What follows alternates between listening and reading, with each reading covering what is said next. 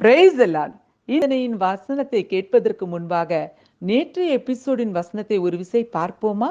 யாத்ராகமம் 14:14. கர்த்தர் உங்களுக்காக யுத்தம் பண்ணுவார், நீங்கள் சும்மா இருப்பீர்கள். நேற்றைய தினத்திலே இந்த வசனத்தையும் இதனோடு கூட ஒரு கதையும் கேட்டீர்கள். இந்த நாளிலும் புதிய வாக்குத்தத்த வசனத்தோடு கதை ஒன்றை கேட்போமா? ஸ்வேதா அம்மா கிட்ட அழுது அடம் பிடிச்சா, மம்மி எல்லாரும் டூருக்கு போறாங்க மம்மி, என் கிளாஸ்ல எல்லா ஸ்டூடெண்ட்டும் போறாங்க, நானும் போகணும் மம்மி, ஜூக்கு போகணும் மம்மி அப்படின்னு அழுதுகிட்டே கேட்டா. ஆனா ஸ்வேதாவோட அம்மா ரொம்ப கண்டிப்பா சொல்லிட்டாங்க, இல்ல ஸ்வேதா, இந்த மாசம் முடியாது, கையில பணம் இல்லம்மா, அடுத்த மாசம் டேடியும் மம்மியும் கண்டிப்பா உன்னை கூட்டிட்டு போறோம் அப்படின்னு சொன்னாங்க. எவ்வளவு சொன்னாலும் ஸ்வேதாவால அதை ஏத்துக்க முடியல. அழுதுகிட்டே சாப்பிடாமையே போய் படுத்துக்கிட்டா. வியாபாரம் முடிச்சுக்கிட்டு வீட்டுக்கு வந்த ஸ்வேதாவோட அப்பா தன்னோட செல்ல பொண்ணோட பேரை கூப்பிட்டுக்கிட்டே உள்ள வந்தாரு. ஸ்வேதா, ஸ்வேதா அப்படின்னு. பதிலே இல்லை. என்னாச்சு அப்படின்னு யோசனை பண்ணிக்கிட்டே மனைவி கிட்ட கேட்டாரு. என்னம்மா, ஸ்வேதா சீக்கிரமா சாப்பிட்டு தூங்கிட்டாளா என்ன அப்படின்னு கேட்டாரு.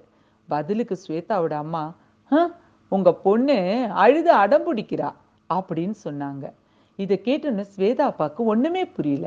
ஏம்மா, என்ன ஆச்சு அப்படின்னு கேட்டதுக்கு ஸ்வேதா அம்மா அவங்க ஸ்கூல்ல ஏதோ டூர் கூட்டு போறாங்களாம் அப்படின்னு சொல்லி தான் பொண்ணு சாப்பிடாம அதனால தூங்கிட்டான்னு சொன்னாங்க.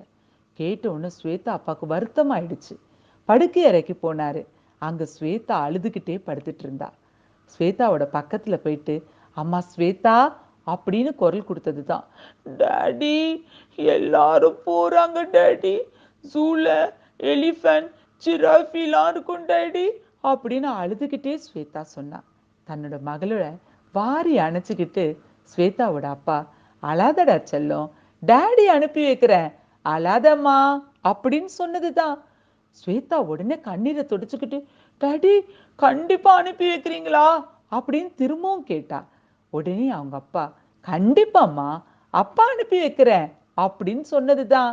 அப்புறம் என்னங்க, ஸ்வேதா அழல, சந்தோஷமா சாப்பிட்டு நிம்மதியா தூங்கிட்டா.